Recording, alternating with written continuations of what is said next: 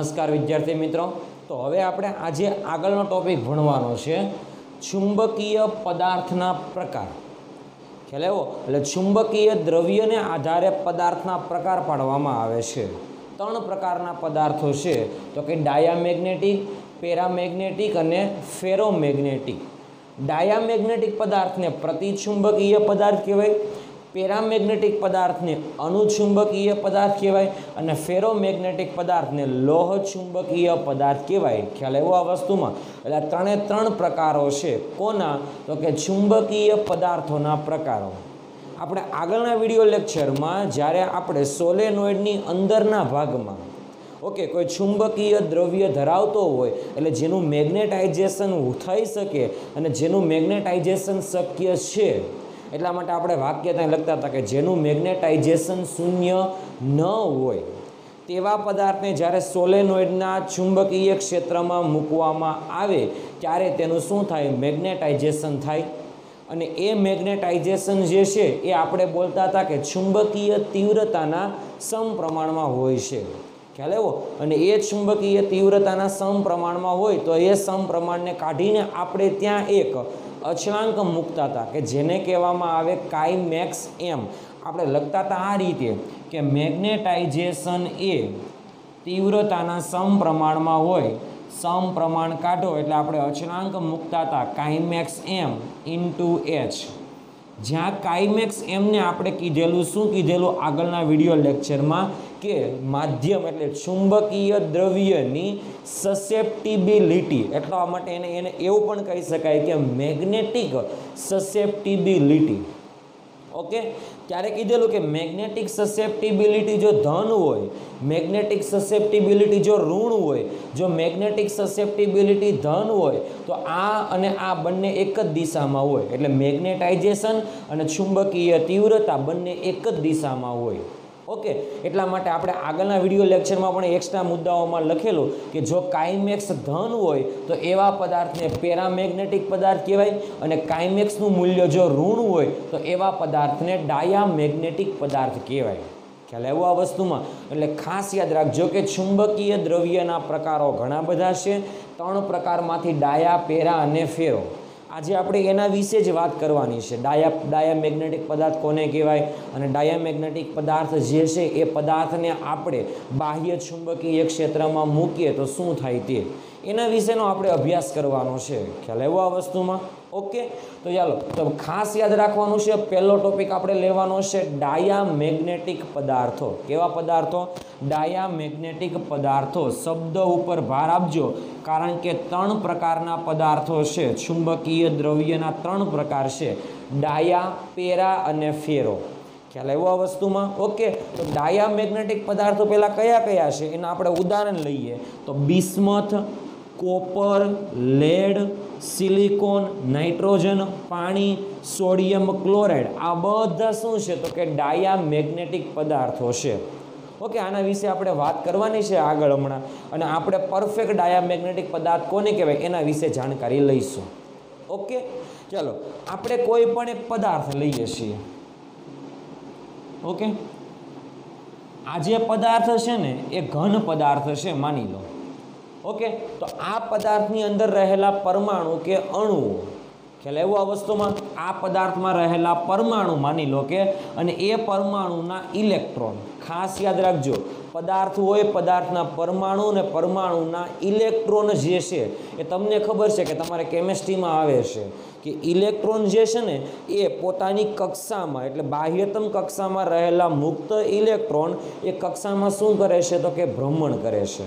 ખ્યાલ આવ્યો? એટલે ખાસ યાદ રાખજો એ કક્ષાની ફરતે ભ્રમણ કરે છે એટલા માટે એને કહેવામાં આવે કક્ષીય ભ્રમણ કરે છે। એટલે કે પદાર્થના પરમાણુના ઇલેક્ટ્રોન જે છે એ શું કરે છે તો કે કક્ષીય ગતિ કરે છે। કઈ ગતિ કરે? કક્ષીય ગતિ, મતલબમાં એ ઇલેક્ટ્રોન કક્ષામાં શું કરે છે? ભ્રમણ કરે છે। કક્ષીય ગતિ કરતો કરતો એ સાથે સાથે સ્પિન પણ થતો હોય। ખ્યાલ આવ્યો? એટલે એમાં બે પ્રકારની ગતિ હોય, એટલે કે પરમાણુ એટલે પદાર્થની અંદર પરમાણુના જે ઇલેક્ટ્રોન છે એ કક્ષીય ગતિ અને સ્પિન ગતિ, આ બંને પ્રકારની ગતિ કરે છે. ખ્યાલ આવ્યો આ વસ્તુમાં? ઓકે. હવે આગળનો ટોપિક સાંભળજો. પરમાણુની અંદર રહેલા ઇલેક્ટ્રોન કક્ષામાં ગતિ કરતા હોય, એટલે કક્ષામાં ગતિ કરતા હોય એટલા માટે આપણે જો કલ્પના કરવી હોય તો વિદ્યુત પ્રવાહનું નિર્માણ પણ થઈ શકે. આપણે આગળના પાઠમાં ઇલેક્ટ્રોનના પરિભ્રમણને કારણે ખ્યાલ આવ્યો કેટલો પ્રવાહ મળે એ પણ આપણે સૂત્ર મેળવેલું. ખ્યાલ આવ્યો? ઇલેક્ટ્રોન ગતિ કરતો હોય એટલે એનું કોણીય વેગમાન પણ મળેલું. ઓકે. અને ઇલેક્ટ્રોનની ગતિને કારણે ઇલેક્ટ્રોનના પરિભ્રમણની ડાયપોલ મોમેન્ટ પણ આપણે શોધેલી. ખ્યાલ આવ્યો? એ આપણે આગળના પાઠમાં વિડીયો લેક્ચરમાં બધા વિશે બરાબર રીતે માહિતી આપેલી છે કે કોઈ પણ બાહ્યતમ કક્ષામાં જે રહેલો મુક્ત ઇલેક્ટ્રોન હોય એ પરમાણુમાં ઇલેક્ટ્રોન જે છે એ મુક્ત રીતે ગતિ કરે અને ગતિને કારણે પ્રવાહનું નિર્માણ થાય, કોણીય વેગમાન આવે અને આપણે વાત કરેલી તે પ્રમાણે કોણીય વેગમાન પરથી આપણે કીધેલું તે પ્રમાણે કે એની ડાયપોલ મોમેન્ટ પણ પ્રેરિત થાય. ખ્યાલ આવ્યો? કારણ કે પ્રવાહ ઉત્પન્ન થાય એટલે જે માર્ગે ગતિ કરે એ વર્તુળાકાર માર્ગની ત્રિજ્યા જો ખબર હોય તો આપણે પ્રવાહ ગુણ્યા એ વર્તુળાકાર માર્ગની ત્રિજ્યા આધારિત એનું ક્ષેત્રફળ પણ મેળવી શકાય. એટલે ડાયપોલ મોમેન્ટ એટલે શું હતું? આપણે ત્યાં કે પ્રવાહ ગુણ્યા ક્ષેત્રફળને ડાયપોલ મોમેન્ટ કહેવાય. તો આપણે કક્ષામાં ગતિ કરતા ઇલેક્ટ્રોનની કક્ષીય ડાયપોલ મોમેન્ટ પણ મેળવેલી. ઓકે. એટલે ખાસ ધ્યાન આપજો કે કક્ષીય ગતિને કારણે મળતી ડાયપોલ મોમેન્ટ પણ હોય. પદાર્થમાં પરમાણુમાં જે ઇલેક્ટ્રોન હોય એ ઇલેક્ટ્રોનની કક્ષીય ગતિને કારણે ડાયપોલ મોમેન્ટ હોઈ શકે. ઓકે. અને સ્પિન ગતિને કારણે પણ ડાયપોલ મોમેન્ટ હોઈ શકે. ખ્યાલ આવ્યો આ વસ્તુમાં? ખાસ ધ્યાન આપજો. આ સામાન્ય પદાર્થની વાત કરું છું. ઓકે. પરંતુ ડાયામેગ્નેટિક પદાર્થમાં પહેલો ખાસ એવો મુદ્દો યાદ રાખવાનો છે કે ડાયામેગ્નેટિક પદાર્થ જે છે એ પદાર્થમાં જે પરમાણુના ઇલેક્ટ્રોન જે છે એ કક્ષીય ગતિને કારણે જે ડાયપોલ મોમેન્ટ હોવી જોઈએ એ ડાયપોલ મોમેન્ટ ડાયામેગ્નેટિક પદાર્થ પાસે હોતી નથી. એટલા માટે તમારે એવું યાદ રાખવાનું કે ડાયામેગ્નેટિક પદાર્થને કક્ષીય ડાયપોલ મોમેન્ટ હોતી નથી. એટલા માટે કહી શકાય કક્ષીય ડાયપોલ મોમેન્ટ નથી. ઓકે. અને સ્પિન ગતિને કારણે પણ ડાયપોલ મોમેન્ટ નથી. એટલે ખાસ ધ્યાનથી જોજો. કક્ષીય ગતિને કારણે જે ડાયપોલ મોમેન્ટ મળવી જોઈએ એ ડાયામેગ્નેટિક પદાર્થમાં મળતી નથી અને સ્પિન ગતિને કારણે પણ ડાયપોલ મોમેન્ટ મળવી જોઈએ જે ડાયામેગ્નેટિક પદાર્થમાં મળતી નથી. એટલે ખાસ યાદ રાખજો કે ડાયામેગ્નેટિક જે પદાર્થ છે એ પદાર્થને કક્ષીય ડાયપોલ મોમેન્ટ પણ નથી અને સ્પિન ગતિને કારણે ડાયપોલ મોમેન્ટ પણ નથી. એટલા માટે એવું કહી શકાય, આવું વાક્ય લખી શકાય કે ડાયામેગ્નેટિક પદાર્થમાં પહેલું વાક્ય યાદ રાખવા જેવું છે કે ડાયામેગ્નેટિક પદાર્થને અથવા પદાર્થની કુલ ડાયપોલ મોમેન્ટ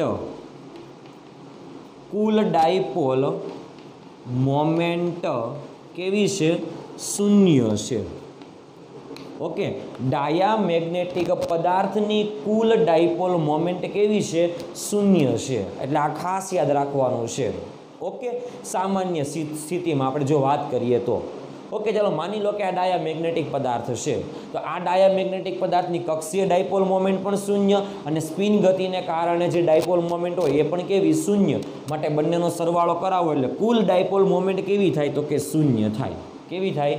શૂન્ય થાય. ઓકે. હવે ખાસ ધ્યાન આપજો કે આવા ડાયામેગ્નેટિક પદાર્થની અંદર જે ઇલેક્ટ્રોન છે કક્ષીય ડાયપોલ મોમેન્ટ પણ શૂન્ય અને સ્પિન ગતિને કારણે પણ ડાયપોલ મોમેન્ટ શૂન્ય છે. આવા પદાર્થને આપણે જ્યારે સમાન ચુંબકીય ક્ષેત્રમાં મૂકીએ ત્યારે શું થાય એના વિશેનો આપણે અભ્યાસ કરીએ. ચાલો માની લો કે આપણી પાસે સમાન ચુંબકીય ક્ષેત્ર આ દિશામાં છે. આપણે બે ક્ષેત્રની વાત કરીશું. સમાન ચુંબકીય ક્ષેત્રની પણ વાત કરીશું અને અસમાન ચુંબકીય ક્ષેત્રની પણ વાત કરીશું. માની લો કે આ સમાન ચુંબકીય ક્ષેત્ર છે. ઓકે. ચાલો આ પદાર્થને સમાન ચુંબકીય ક્ષેત્રમાં મૂકવામાં આવે તો શું થાય? તો આ પદાર્થને જ્યારે સમાન ચુંબકીય ક્ષેત્રમાં મૂકવામાં આવે, માની લો કે કોઈ એક ડાયામેગ્નેટિક પદાર્થ છે. ओके, तो आ डायामेग्नेटिक पदार्थ ने जो आपणे समान ज चुंबकीय क्षेत्र में मूकीए तो आ जे क्षेत्र रेखा छे ने ए तो सीधे सीधी आमांथी बहार निकली जशे। परंतु आ जे क्षेत्र रेखा छे ने ए आपणने एम थशे के पदार्थनी अंदरथी पसार थशे, पण पदार्थनी अंदरथी पसार थशे नहीं, ए आ रीते पसार थशे। ख्याल आव्यो? ओके, आ क्षेत्र रेखा छे आपने एम थशे के पदार्थनी अंदरथी पसार थशे, पण एनी अंदरथी पसार नहीं थाय, आ रीते पसार थशे। ओके, आ एनी लाक्षणिकताओ छे, आ एना गुणधर्म छे, એટલે પહેલા તમારે યાદ રાખવા પડશે। ओके, ચાલો હવે આ ક્ષેત્ર રેખા તો સીધે સીધી પસાર થાય છે। એનસીઈઆરટી માં પહેલું જ વાક્ય બેઠે બેઠું લખેલું છે કે ડાયામેગ્નેટિક પદાર્થને લીધે ચુંબકીય ક્ષેત્ર એકબીજાને અપાકર્ષાય છે। જુઓ, આ તો એકબીજાને સમાંતર હતું, પણ અહીંયા આગળ પદાર્થને મૂકી દીધો એટલે ડાયામેગ્નેટિક પદાર્થને લીધે ચુંબકીય ક્ષેત્ર જે છે ને એ અપાકર્ષણ થાય છે। એટલે ખાસ ધ્યાન આપજો। ઓકે, એટલે આ મુદ્દાને તમારે ખાસ યાદ રાખવાનો છે। ઓકે, તો એવું કહી શકાય કે ડાયામેગ્નેટિક પદાર્થને જો આપણે સમાન ચુંબકીય ક્ષેત્ર, આ ચુંબકીય ક્ષેત્ર જે છે ને એ સમાન ચુંબકીય ક્ષેત્ર છે, તો જ્યારે કોઈ પણ પદાર્થ, પણ એ જો પદાર્થ ડાયામેગ્નેટિક પદાર્થ હોય તો એ પદાર્થને આપણે સમાન ચુંબકીય ક્ષેત્રમાં મૂકીએ તો ચુંબકીય ક્ષેત્ર શું થાય તો કે અપાકર્ષાય છે। ખ્યાલ આવ્યો? અને જ્યારે આને સમાન ચુંબકીય ક્ષેત્રમાં મૂકવામાં આવે ત્યારે શું થાય ખાસ યાદ રાખજો। અહીંયા આગળ રહેલા પરમાણુના ઇલેક્ટ્રોનની કક્ષીય ગતિને લીધે શરૂઆતમાં આપણે કીધેલું તે પ્રમાણે એની પાસે ડાયપોલ મોમેન્ટ હોતી નથી। ઓકે, એટલે માની લો કે આની અંદર જે ઇલેક્ટ્રોન છે એ ઇલેક્ટ્રોન ગતિ કરે, ઇલેક્ટ્રોન ગતિ કરશે એટલે ખાસ ધ્યાન આપજો, એને લીધે ડાયપોલ મોમેન્ટ મેળવવી હોય તો આપણી પાસે ડાયપોલ મોમેન્ટનું સૂત્ર હતું m = IA। આ એક સૂત્ર હતું આપણી પાસે। ओके, सदिश स्वरूपे लखवू हो तो IA। ओके, चलो तो डायपोल मोमेंट की दिशा आपणे मेळवीए तो मानी लो कि इलेक्ट्रॉन परमाणु नी अंदर आ दिशा में गति करे। ओके, तो प्रवाह एनी विरुद्ध दिशा में होय तो प्रवाहनी दिशा में आपणे आंगळीओने वाळीए तो अंगूठो आ दिशा में स्थिर थाय। तो खास याद राखजो, आ रीते गति करता इलेक्ट्रॉन नी डायपोल मोमेंट आ दिशा में होय, पछी आ दिशा में गति करता इलेक्ट्रॉन माटे डायरेक्ट तमे जमणा हाथना अंगूठानो नियम न मूकी शको। प्रवाहनी दिशा में आंगळीओने वाळवानी, इलेक्ट्रॉन आ दिशा में गति करे तो प्रवाह एनी विरुद्ध दिशा में गति करशे, अने प्रवाह एनी विरुद्ध दिशा में गति करे એટલે आंगळीओने तमे वाळो એટલે अंगूठो आ दिशा में स्थिर थशे।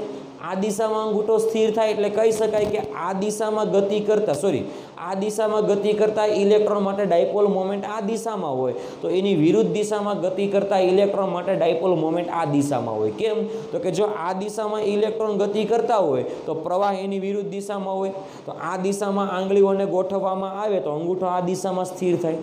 ख्याल आव्यो आ वस्तुमां? એટલે ઇલેક્ટ્રોનના કક્ષીય ગતિને લીધે શરૂઆતમાં એટલે એ પદાર્થ જ્યારે હવામાં હોય એટલે કે ચુંબકીય ક્ષેત્રમાં ન હોય ત્યારે એની કક્ષીય ડાયપોલ મોમેન્ટ હોતી નથી।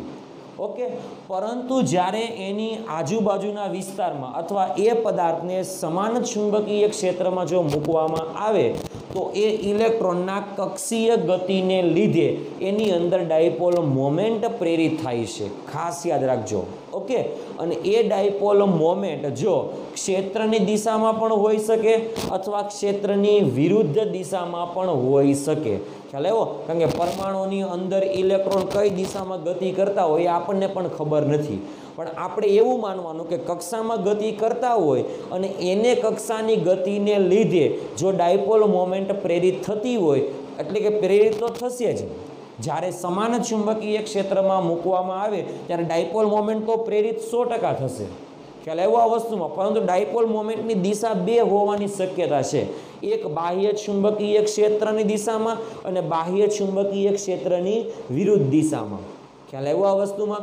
પરંતુ જે ઇલેક્ટ્રોનની ડાયપોલ મોમેન્ટ એટલે જે ઇલેક્ટ્રોનની કક્ષીય ડાયપોલ મોમેન્ટ ક્ષેત્રની વિરુદ્ધ દિશામાં હોય ને તો એના માટે આ જે ચુંબકીય ક્ષેત્રને લીધે ઇલેક્ટ્રોનની ઝડપ વધી જશે। ખાસ યાદ રાખજો, આ તો શું થયો તો કે પોતાની ગતિનો વિરોધ કરે છે, खास ध्यान आपजो बराबर कि डायपोल मोमेंट कई दिशा में है, विरुद्ध दिशा में, क्षेत्रनी विरुद्ध दिशा में।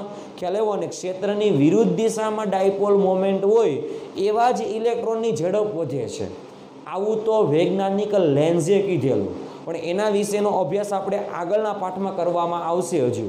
परंतु अत्यारे आपणे एटलुं ज स्वीकारी लेशुं के डायामेग्नेटिक पदार्थने ज्यारे तमे समान चुंबकीय क्षेत्रमां मूको त्यारे समान चुंबकीय क्षेत्रमां मूकता कक्षीय डायपोल मोमेंट जे इलेक्ट्रॉननी चुंबकीय क्षेत्रनी विरुद्ध दिशामां होय तेवा इलेक्ट्रॉननी झड़प वधे छे अने जे इलेक्ट्रॉननी कक्षीय डायपोल मोमेंट क्षेत्रनी दिशामां होय तेवा इलेक्ट्रॉननी झड़प शुं थाय छे? घटे छे।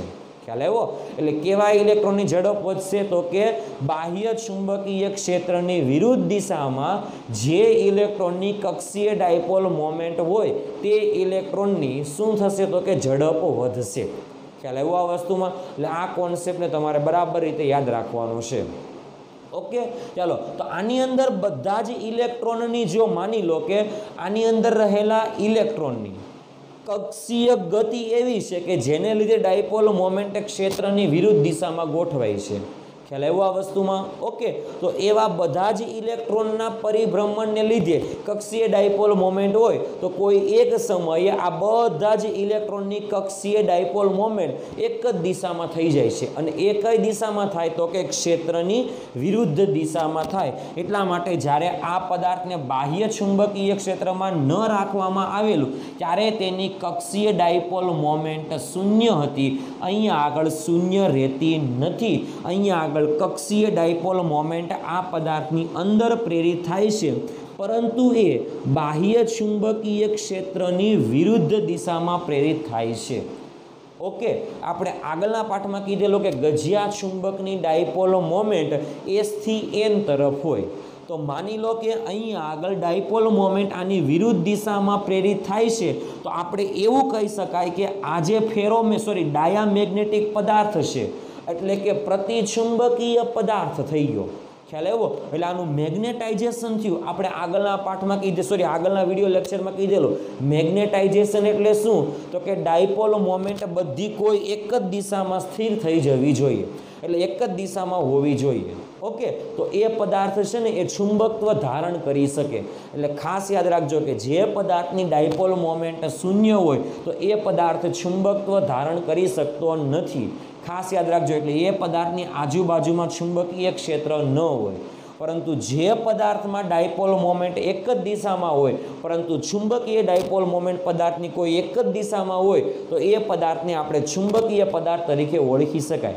ओके, परंतु आ पदार्थनी चुंबकीय डायपोल मोमेंट ए बाह्य चुंबकीय क्षेत्रनी विरुद्ध दिशा में छे એટલે આ દિશામાં છે। કઈ રીતે ખબર પડી ને? કારણ કે હમણાં કીધેલું શરૂઆતમાં ડાયપોલ મોમેન્ટ નથી, મૂકવામાં આવે તો જે ઇલેક્ટ્રોનની કક્ષીય ગતિને લીધે ડાયપોલ મોમેન્ટ ક્ષેત્રની વિરુદ્ધ દિશામાં હોય એવા ઇલેક્ટ્રોનની ઝડપ વધે છે। માટે પરમાણુની અંદર એવા ઇલેક્ટ્રોન કે જેની ડાયપોલ મોમેન્ટ ક્ષેત્રની વિરુદ્ધ દિશામાં હોય તેવા બધા ઇલેક્ટ્રોનની ઝડપ વધી જાય અને એક સમયે બધી ડાયપોલ મોમેન્ટ ક્ષેત્રની વિરુદ્ધ દિશામાં ગોઠવાઈ જાય। એટલે પરિણામી ડાયપોલ મોમેન્ટ આપણને ક્યાં મળે? ક્ષેત્રની વિરુદ્ધ દિશામાં। એટલા માટે ખાસ યાદ રાખવાનું છે કે અહીંયા આગળ પરિણામી ડાયપોલ મોમેન્ટ ક્ષેત્રની વિરુદ્ધ દિશામાં છે।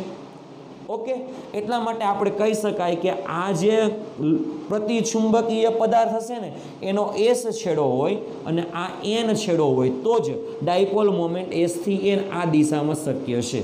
ख्याल आव्यो? तो एटला माटे आपणे जे आ प्रतिचुंबकीय पदार्थ छे एना बे ध्रुवोमांथी S ध्रुव आ छेडाने कहेवाय अने N ध्रुव आ छेडाने कहेवाय। कारण के डायामेग्नेटिक पदार्थने ज्यारे बाह्य चुंबकीय क्षेत्रमां मूकवामां आवे त्यारे चुंबकीय क्षेत्रनी विरुद्ध दिशामां गोठवाई जाय छे।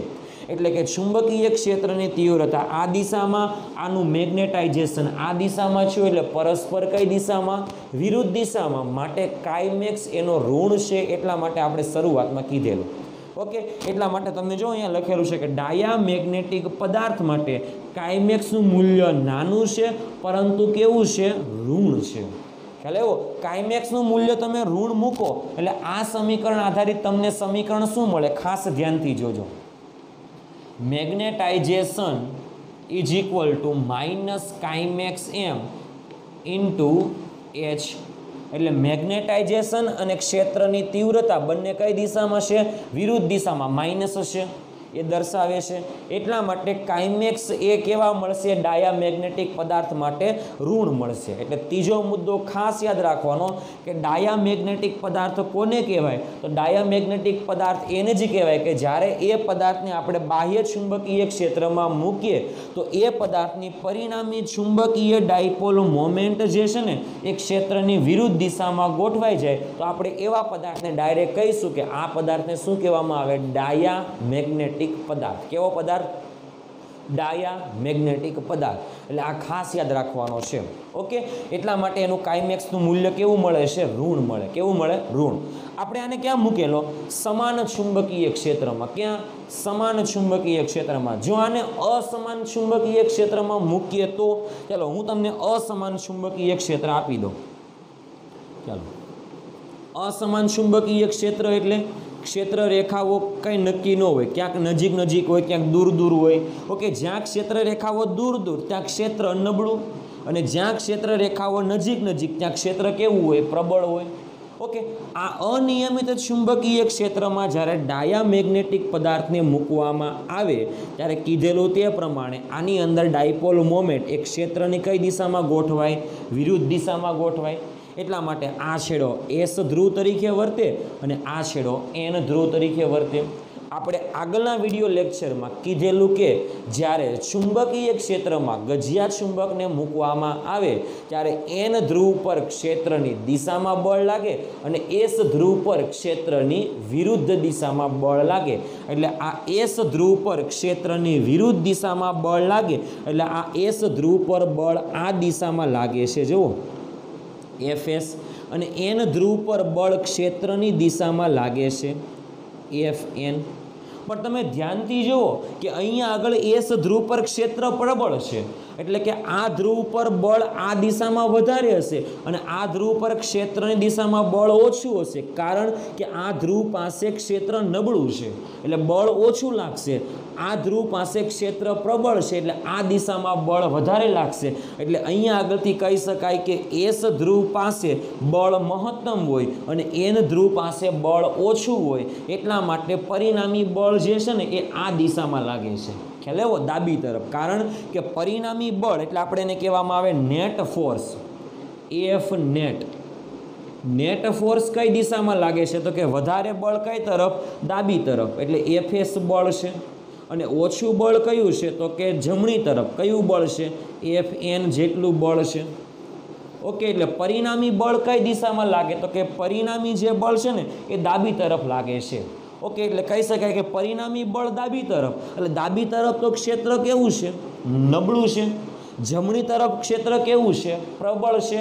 એટલા માટે આના ઉપરથી આપણે મોસ્ટ આઈએમપી વાક્ય એવું લખી શકાય કે જ્યારે તમે, ખાસ ધ્યાનથી જોજો, કે જ્યારે તમે ડાયામેગ્નેટિક પદાર્થને અનિયમિત ચુંબકીય ક્ષેત્રમાં મૂકો ત્યારે એના ઉપર પરિણામી બળ જે છે એ બળ પ્રબળ ચુંબકીય ક્ષેત્રથી નબળા ચુંબકીય ક્ષેત્ર તરફ લાગશે. એટલે આ પદાર્થ ક્યાં ખસે?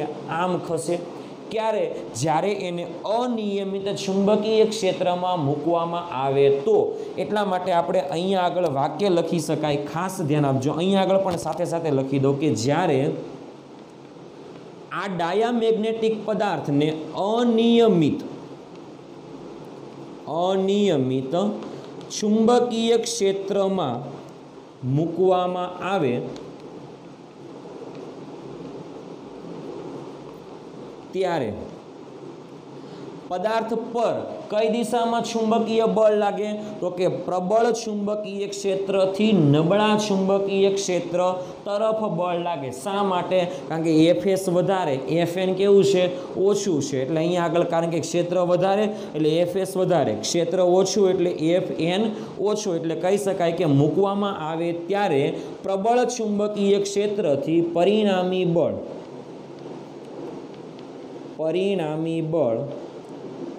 પ્રબળ ચુંબકીય ક્ષેત્રથી ક્યાં? તો કે નબળા ચુંબકીય ક્ષેત્ર તરફ. પ્રબળ ચુંબકીય ક્ષેત્રથી નબળા ચુંબકીય ક્ષેત્ર તરફ શું લાગે છે?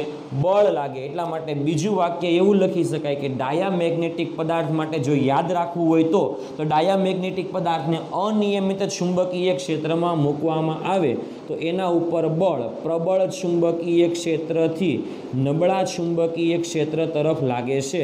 એટલે પદાર્થ પ્રબળથી નબળા ચુંબકીય ક્ષેત્રની દિશામાં ગતિ કરશે. ખ્યાલ આવ્યો આ વસ્તુમાં વિદ્યાર્થી મિત્રો? કારણ કે પરિણામી બળ ક્યાં લાગે છે? તો કે આ દિશામાં. ઓકે, તો આ ડાયામેગ્નેટિક પદાર્થ માટે અગત્યનું વાક્ય હતું. ઓકે, તો હવે ખાસ યાદ રાખજો કે ડાયામેગ્નેટિક પદાર્થના એક્ઝામ્પલ. ઓકે, ડાયામેગ્નેટિક પદાર્થ જે છે એના માટે કાઇમેક્સનું મૂલ્ય ઋણ હોય અને નાનું હોય. ઓકે, ઋણ એટલે 0 કરતાં નાનું પરંતુ 1 કરતાં મોટું, પણ -1 કરતાં મોટું. -1 કે એના કરતાં કેવું કહી શકાય? મોટું કહી શકાય. પરંતુ 0 કરતાં કેવું હોય? હંમેશા નાનું હોય. એટલા માટે ઋણ આવે. ખ્યાલ આવ્યો? એટલે કાઇમેક્સનું મૂલ્ય ખાસ યાદ રાખજો કે કાઇમેક્સનું મૂલ્ય જે છે એ નાનું હોય અને ઋણ હોય. એટલે 0 કરતાં નાનું પણ -1 કરતાં મોટું, આવું બોલી શકાય. ઓકે, આપણે આગળના વિડીયો લેક્ચરમાં કાઇમેક્સ એમ અને અહીંયા આગળ મ્યુ આર એટલે સાપેક્ષ પરમિટિવિટી, આ સસેપ્ટિબિલિટી અને આ પરમિએબિલિટીનો સંબંધ આપણી પાસે હતો. Mu R is equal to 1 plus chi max M. Okay, ચાલો કાઇમેક્સનું મૂલ્ય માની લો કે -1 તો હોય જ પણ એના કરતાં મોટું હોય. ખ્યાલ આવ્યો? એટલે -1 કે એના કરતાં મોટું પણ 0 કરતાં નાનું. માની લો કે -1 છે. ઓકે, તો -1 તમે અહીંયા મૂકો તો +-1 એટલે કેન્સલ. એટલે મ્યુ આર કેટલા આવે? 0 આવી શકે. ઓકે, એટલે મ્યુ આરની વેલ્યુ જે છે ને ડાયામેગ્નેટિક પદાર્થ માટે 0 હોઈ શકે. એટલે અહીંયા લખેલું છે કે 0 less than or equal to mu r, એટલે 0 કરતાં મોટી હોય. ચાલો હવે આપણે કાઇમેક્સ એમની વેલ્યુ -1 કરતાં મોટી એટલે -0.5 મૂકવું. ઓકે, તો -0.5 મૂકો તો શું કહી શકાય? 1 - 0.5 એટલે મ્યુ આરની વેલ્યુ કેટલી આવે? +0.5 આવે ને. ખ્યાલ આવ્યો આ વસ્તુમાં વિદ્યાર્થી મિત્રો? ઓકે, એટલે એવું કહી શકાય કે મ્યુ આરની વેલ્યુ 0 કે 0 કરતાં વધારે પરંતુ 1 કરતાં કેવી હોય? ઓછી હોય. ઓકે, ચાલો મ્યુ આરની વેલ્યુ 0 કરતાં નાની હું લખી દઉં. મ્યુ આરની વેલ્યુ -0.1. ખ્યાલ આવ્યો? તો -0.1 લખી દઉં. એટલે ખાસ ધ્યાન આપજો કે 1 - 0.1 એટલે 0.9 થાય. ઓકે, 0.9 વેલ્યુ આવશે. ઓકે, પણ 1 ન આવે. એટલે ખાસ ધ્યાન આપજો, 1 વેલ્યુ ક્યારે આવે? કે જ્યારે કાઇમેક્સ 0 લો ત્યારે. પણ કાઇમેક્સ તો 0 લઈ શકાશે નહીં, 0 કરતાં નાની. જો કાઇમેક્સ 0 લો તો એને ડાયામેગ્નેટિક પદાર્થ તરીકે ઓળખી ન શકાય. ખાસ યાદ રાખજો, કાઇમેક્સની વેલ્યુ આપણે કેટલી લેવાની છે? 0 કરતાં નાની પણ -1 કરતાં મોટી. એટલે તમે 0 લઈ શકો નહીં. ઓકે, જો તમે 0 લો તો મ્યુ આર 1 મળે પણ 1 મળી શકતો નથી. એટલે 1 કરતાં નાની છે. ખ્યાલ આવ્યો? એટલે આ બંને મુદ્દાને તમારે ખાસ યાદ રાખવાના છે. કોઈ પણ એકાદ મુદ્દો યાદ રાખી લેવાનો. કારણ કે આપણને ખબર છે કે મ્યુ આરનો સંબંધ અને કાઇમેક્સનો સંબંધ આપણે આગળના વિડીયો લેક્ચરમાં કીધેલું કે સૌથી મોસ્ટ આઈએમપી સંબંધ છે કે જે તમને વારંવાર પૂછાવાની શક્યતા છે. ઓકે, તો આ સંબંધ પણ પૂછાઈ શકે અને આ સંબંધ આધારિત આપણે આ બેમાંથી કોઈ એકાદ વેલ્યુ યાદ રાખી લેવાની કે કાઇમેક્સની વેલ્યુ ઋણ છે પણ એટલે કે એનો મતલબ એવો કે 0 કરતાં નાની. 0 નથી, 0 કરતાં નાની પણ -1 કરતાં મોટી. ઓકે, પછી એની અંદર તમે બધી કિંમત મૂકો એટલે મ્યુ આરની વેલ્યુ 0 કે 0 કરતાં મોટી પરંતુ 1 કરતાં કેવી મળે? નાની મળશે. ખ્યાલ આવ્યો? એટલે આ મુદ્દાને પણ યાદ રાખવાનું છે. ઇન શોર્ટ, જો તમારે ડાયામેગ્નેટિક પદાર્થ માટેની વાત કરવી હોય તો આ બધા મુદ્દાને તમારે યાદ રાખવા પડે. સાવ સિમ્પલ મુદ્દાઓ છે. પહેલો મુદ્દો કે ડાયામેગ્નેટિક પદાર્થ જે છે એ પદાર્થ કયા કયા છે? તો કે આવા એના ઉદાહરણ આપી શકાય. બીજું તો કે ડાયામેગ્નેટિક પદાર્થના પરમાણુના જે ઇલેક્ટ્રોન છે એ ઇલેક્ટ્રોનની કક્ષીય ડાયપોલ મોમેન્ટ નથી અને સ્પિન ગતિને કારણે ડાયપોલ મોમેન્ટ નથી, એટલે શરૂઆતમાં એની પાસે કોઈ પણ પ્રકારની ડાયપોલ મોમેન્ટ નથી. આ કોન્સેપ્ટને પહેલાં તમારે યાદ રાખવાનો છે. ઓકે, પરંતુ એટલે કહી શકાય કે ડાયામેગ્નેટિક પદાર્થની કુલ ડાયપોલ મોમેન્ટ કેવી હોય? શૂન્ય હોય છે. ઓકે, જ્યારે એને આપણે સમાન ચુંબકીય ક્ષેત્રમાં મૂકવામાં આવે ત્યારે કંઈક આવી ઘટના થાય છે. એટલે ખાસ યાદ રાખજો કે ચુંબકીય ક્ષેત્ર અપાકર્ષાઈને ક્યાં જાય? તો કે આ દ્રવ્યમાંથી બહાર નીકળી જાય છે. ઓકે, એટલે ખાસ યાદ રાખવાનું છે આ મુદ્દાને. ઓકે, એટલે આવી આકૃતિ આવશે. હવે જ્યારે જો તમે આને અસમાન ચુંબકીય ક્ષેત્રમાં મૂકો ત્યારે પ્રબળથી નબળા તરફ આકર્ષણ થાય છે. એટલે ખાસ યાદ રાખજો કે આનું નબળા તરફ આકર્ષણ થાય, પ્રબળ તરફ અપાકર્ષણ, કારણ કે પ્રબળથી અપાકર્ષાય એટલે દૂર જાય, નબળાથી આકર્ષાય એટલે નજીક આવે. એટલા માટે કીધેલું છે કે પ્રબળથી નબળા તરફ, એટલે પ્રબળ સાથે અપાકર્ષાય અને નબળા સાથે આકર્ષાય. કેવા પદાર્થો? ડાયામેગ્નેટિક પદાર્થો. ઓકે, એટલે ખાસ યાદ રાખવાનું છે. કઈ રીતે આવે એ પણ યાદ રાખવાનું છે અને ત્યારબાદ આ માટે આના વેલ્યુ પણ યાદ રાખવાની છે. અને છેલ્લે આપણે એવું વાક્ય લખી શકાય કે કાઇમેક્સનું મૂલ્ય નાનું છે અને એ પણ કેવું છે? ઋણ. કારણ કે મેગ્નેટાઇઝેશન અને આ બંને એકબીજાની કઈ દિશામાં છે? વિરુદ્ધ દિશામાં. માટે અહીંયા આગળ માઇનસ લખીએ તો કહી શકાય કે કાઇમેક્સની વેલ્યુ કેવી આવે છે? તો કે નાની છે અને કેવી છે? ઋણ છે. ખ્યાલ આવ્યો આ વસ્તુમાં વિદ્યાર્થી મિત્રો? Okay okay. હવે સાથે સાથે આપણે આગળ થોડીક પણ વાત કરી લઈએ કે ડાયામેગ્નેટિક પદાર્થ તરીકે સુપર કંડક્ટર્સ.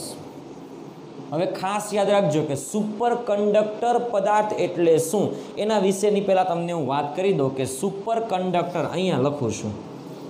ઓકે, ધ્યાન આપજો કે સુપર કંડક્ટર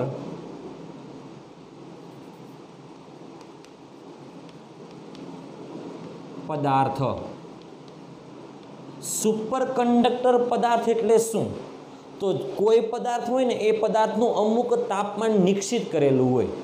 ખ્યાલ આવ્યો આ વસ્તુમાં વિદ્યાર્થી મિત્રો? ઓકે, તો એ પદાર્થના તાપમાનને ક્રિટિકલ તાપમાન કહેવામાં આવે છે. ઓકે, કે કોઈ પણ પદાર્થનું તાપમાન જે છે એ નિશ્ચિત કરેલું હોય કે એ તાપમાનને કહેવામાં આવે ક્રિટિકલ તાપમાન, કે જેની સંજ્ઞા છે TC. ઓકે, અહીંયા આગળ પદાર્થ આપેલા છે. આ પદાર્થના કોઈને કોઈ તાપમાન નક્કી કરેલા હોય, ક્રિટિકલ તાપમાન. ક્રિટિકલ તાપમાન હોય એના કરતાં આપણને ખબર છે કે પદાર્થ જે છે કોઈ પણ સુવાહક પદાર્થ, કંડક્ટર એટલે સુવાહક, સુવાહક પદાર્થના તાપમાનમાં વધારો કરવામાં આવે તો આપણે આગળના પાઠમાં, ત્રીજા પાઠમાં કીધેલું કે અવરોધકતા વધે, એટલે અવરોધ વધે. તાપમાનમાં ઘટાડો કરવામાં આવે તો અવરોધ ઘટે. ખ્યાલ એના વિશે આપણે આગળ બહુ બધી વાત કરેલી ત્રીજા પાઠમાં. પણ ટૂંકમાં આપણે કહી શકાય કે તાપમાન વધે, તાપમાન વધે તો કંડક્ટર પદાર્થનો અવરોધ વધશે અને તાપમાન ઘટે તો અવરોધ ઘટે. ઓકે, કોઈ પણ પદાર્થ છે એનું ક્રિટિકલ તાપમાન હોય, પરંતુ એ ક્રિટિકલ તાપમાન કરતાં જો એ પદાર્થનું તાપમાન નીચું કરવામાં આવે, એટલે એ પદાર્થનું તાપમાન ઓછું કરવામાં આવે તો એનો અવરોધ ઓછો થાય. ઓકે, પરંતુ એ પદાર્થનું તાપમાનને જો ક્રિટિકલ તાપમાન કરતાં ઓછું કરીએ ને તો પદાર્થનો અવરોધ ઓછો થઈને કેટલો થઈ જાય? શૂન્ય થઈ જાય. ખ્યાલ આવ્યો? એટલે કે તાપમાન બરાબર ધ્યાન આપજો કે ક્રિટિકલ તાપમાન કરતાં ઓછા તાપમાન પદાર્થનું જો કરવામાં આવે તો અવરોધ ઘટીને કેટલો થઈ જાય? 0 થઈ જાય. અને આવા પદાર્થને કહેવામાં આવે સુપર કંડક્ટર પદાર્થ. એટલે સુપર કંડક્ટર પદાર્થમાં ખાસ યાદ રાખવાનો છે કે અવરોધ હોતો નથી, એટલે ખાસ યાદ રાખવાનો કે અવરોધ ઘટીને કેટલો થઈ જાય? શૂન્ય થઈ જાય છે. ખ્યાલ આવ્યો આ વસ્તુમાં? આવા પદાર્થને કહેવામાં આવે સુપર કંડક્ટર પદાર્થ. ઓકે, અને આ ઘટનાને કહેવામાં આવે સુપર કંડક્ટિવિટી. એટલે પદાર્થનું તાપમાન ક્રિટિકલ તાપમાન કરતાં ઓછું કરી દઈએ એટલે અવરોધ ઘટીને કેટલો થઈ જાય? 0. કારણ કે તાપમાન ઘટે તો અવરોધ તો ઘટવાનો, એટલે ઘટીને કેટલો થઈ જાય? 0. તો તેવા પદાર્થને કહેવામાં આવે સુપર કંડક્ટર પદાર્થ. ઓકે, જો આપણે ડાયામેગ્નેટિક પદાર્થ તરીકે સુપર કંડક્ટર પદાર્થને ધ્યાનમાં લઈએ તો સુપર કંડક્ટર પદાર્થ એટલે કે એક ડાયામેગ્નેટિક પદાર્થ જ છે, પરંતુ કંઈક અલગ પ્રકારનો છે. सुपर कंडक्टर पदार्थ एटले डायामेग्नेटिक पदार्थ ज छे। खास याद राखजो, कारण के आपणे कीधेलुं ते प्रमाणे चुंबक शेमांथी बने? लोखंड अने तेनी मिश्र धातुमांथी। आपणे पहेला आ विडियो लेक्चरमां पहेला ज लेक्चरमां वात करेली आ पाठमां के चुंबक शेमांथी बने? लोखंड अने तेनी मिश्र धातु। એટલે મતલબમાં શું આવશે તો કે અસુવાહકમાંથી જ બનશે। ઓકે, એટલે ખાસ ધ્યાન આપજો, ડાયામેગ્નેટિક એટલે પ્રતિચુંબકીય પદાર્થ, પરંતુ ડાયામેગ્નેટિક પદાર્થ તરીકે જો આપણે સુપર કંડક્ટર લઈએ તો સુપર કંડક્ટર એ ડાયામેગ્નેટિક પદાર્થ જ છે, પરંતુ અલગ પ્રકારનો પદાર્થ છે। ખ્યાલ આવ્યો આ વસ્તુમાં? ઓકે, ચલો માની લો કે તમારી પાસે કોઈ પદાર્થ છે, ઓકે, સુપર કંડક્ટર પદાર્થ। હવે એ સુપર કંડક્ટર પદાર્થનું તાપમાન જે છે ને એના કરતાં વધારે તાપમાનવાળો પદાર્થ લઈ લો। એ સુપર કંડક્ટર પદાર્થ છે, પરંતુ એનું તાપમાન કેવું છે? વધારે છે। ઓકે, તો હવે આ પદાર્થ કે જેને કહેવામાં આવે ડાયામેગ્નેટિક પદાર્થ, કે જેને તમે બાહ્ય ચુંબકીય ક્ષેત્રમાં મૂકશો ને, માની લો કે બાહ્ય ચુંબકીય ક્ષેત્ર, તો એ ચુંબકીય ક્ષેત્ર રેખાઓ આની અંદરથી પસાર થઈ જશે। એટલા માટે અલગ પ્રકારના ડાયામેગ્નેટિક પદાર્થ છે। ઓકે, ડાયામેગ્નેટિક પદાર્થમાં આપણે કીધેલું કે ચુંબકીય ક્ષેત્ર જે હોય ને એ ચુંબકીય ક્ષેત્ર કેવું હોય તો કે ખાસ યાદ રાખજો કે આની અંદરથી પસાર ન થાય, બહારથી પસાર થઈ જાય। પરંતુ જો પદાર્થનું તાપમાન, સુપર કંડક્ટર પદાર્થનું તાપમાન જે છે એ ક્રિટિકલ તાપમાન કરતાં વધારે હોય ત્યારે જો એને બાહ્ય ચુંબકીય ક્ષેત્રમાં મૂકવામાં આવે તો ચુંબકીય ક્ષેત્ર રેખાની અંદરથી પસાર થાય, પરંતુ એનું તાપમાન જો નીચું કરવામાં આવે, એટલે ખાસ યાદ રાખવાનું છે અહીંયા આગળ, બરાબર છે, કે જો એ પદાર્થનું તાપમાન જે છે એ આના કરતાં નીચું કરી દઈએ, માની લો કે હું તમને આપી દઉં કે આ પદાર્થનું તાપમાન ક્રિટિકલ તાપમાન કરતાં ઘટાડવા, એટલે એનો મતલબ શું થાય કે પદાર્થનું તાપમાન જે છે એ આપણે ટીસી એટલે ક્રિટિકલ તાપમાન કરતાં કેવું છે? ઓછું। એટલે અહીંયા લખેલું છે કે નીચા તાપમાને ઠંડી કરેલી ધાતુ જ છે। ઓકે, તો નીચા તાપમાને ઠંડી કરેલી ધાતુ જે છે કે જેને સુપર કંડક્ટર કહેવાય, અને સુપર કંડક્ટર પદાર્થ જે છે એ પદાર્થ ક્યારે સુપર કંડક્ટર પદાર્થ તરીકે વર્તે? કે જ્યારે તેનું તાપમાન કેવું થાય? ક્રિટિકલ તાપમાન કરતાં ઓછું થાય।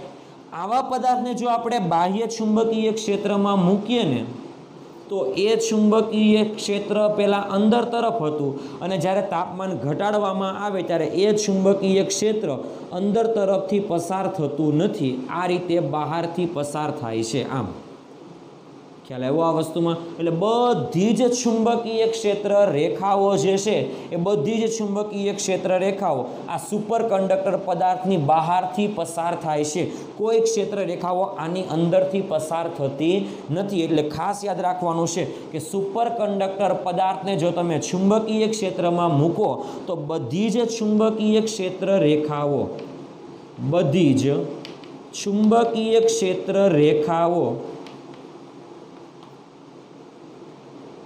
બહાર તરફ નીકળે છે, એટલે બહાર તરફથી પસાર થાય છે। ખ્યાલ આવ્યો આ વસ્તુમાં વિદ્યાર્થી મિત્રો? ઓકે, એટલે ખાસ યાદ રાખવાનું છે સુપર કંડક્ટર પદાર્થ જે છે ડાયામેગ્નેટિક પદાર્થ છે, અને ડાયામેગ્નેટિક પદાર્થ માટે કીધેલું કાઇમેક્સની વેલ્યુ -1 કે એના કરતાં વધારે લેવાની।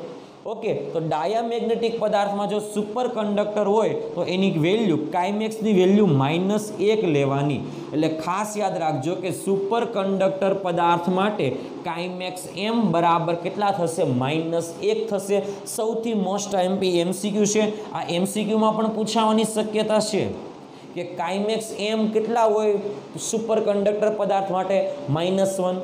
ઓકે, ચાલો આપણી પાસે સૂત્ર હતું કાઇમેક્સ m બરાબર મ્યુ r બરાબર કાઇમેક્સ m +1 અથવા 1 પ્લસ કાઇમેક્સ m। ઓકે, ચાલો -1 મૂકો તો -1 + 1 કેટલા? 0। માટે કહી શકાય કે સાપેક્ષ પરમિએબિલિટી કેવી થાય? 0 થાય। એટલે આ વાક્યને પણ તમારે યાદ રાખવાનું છે કે સુપર કંડક્ટર પદાર્થ માટે સાપેક્ષ પરમિએબિલિટી 0 હોય, અને ખાસ યાદ રાખજો કે કાઇમેક્સ m એટલે કે મેગ્નેટિક સસેપ્ટિબિલિટી કેવી હોય? -1 હોય છે। ખ્યાલ આવ્યો આ વસ્તુમાં વિદ્યાર્થી મિત્રો? ઓકે, અને આ જે સુપર કંડક્ટર પદાર્થ જે છે ને એ અહીંયા આગળ વાક્ય લખેલું છે કે ચુંબકને અપાકર્ષે છે, કારણ કે ચુંબકીય ક્ષેત્ર રેખા કોઈ એની અંદરથી પસાર થતી નથી, એટલે ચુંબક સાથે એ અપાકર્ષણ થાય છે. ઓકે, એટલા માટે સુપર કંડક્ટર પદાર્થનો ઉપયોગ ખાસ યાદ રાખજો. ખૂબ જ ઝડપથી દોડતી ટ્રેન કે જેના આપણે કહીએ તે પ્રમાણે જેના પૈડા જે છે એ પાટા જે છે રેલવેના, ખ્યાલ આવ્યો, એના કરતાં થોડીક ઊંચા હોય, ખ્યાલ આવ્યો આ વસ્તુમાં. એટલે એનો ઉપયોગ ક્યાં થાય તો ખૂબ જ ઝડપથી દોડતી ટ્રેનમાં ખાસ આવા સુપર કંડક્ટર પદાર્થનો ઉપયોગ કરવામાં આવે છે. એટલે આ મુદ્દાને પણ ખાસ યાદ રાખજો કે સુપર કંડક્ટર પદાર્થનો ઉપયોગ ક્યાં થાય તો કે ખૂબ જ ઝડપથી દોડતી ટ્રેનમાં, ખ્યાલ આવ્યો, સુપર કંડક્ટર પદાર્થનો ઉપયોગ કરવામાં આવે છે. ઓકે, તો આ તો આપણો આજનો વિડીયો લેક્ચર, એટલે કે ચુંબકીય પદાર્થોના પ્રકારમાં પહેલો પ્રકાર છે ડાયામેગ્નેટિક પદાર્થ. સૌથી મોસ્ટ આઈએમપી પ્રકાર છે અને સૌથી મોસ્ટ આઈએમપી થિયરી છે. થિયરી થોડીક વધારે લાંબી છે, પરંતુ બધી વસ્તુની માહિતી અહીંયા આપેલી છે એટલા માટે. ઓકે, તો આ રીતે તમારે ડાયામેગ્નેટિક પદાર્થ તૈયાર કરવા.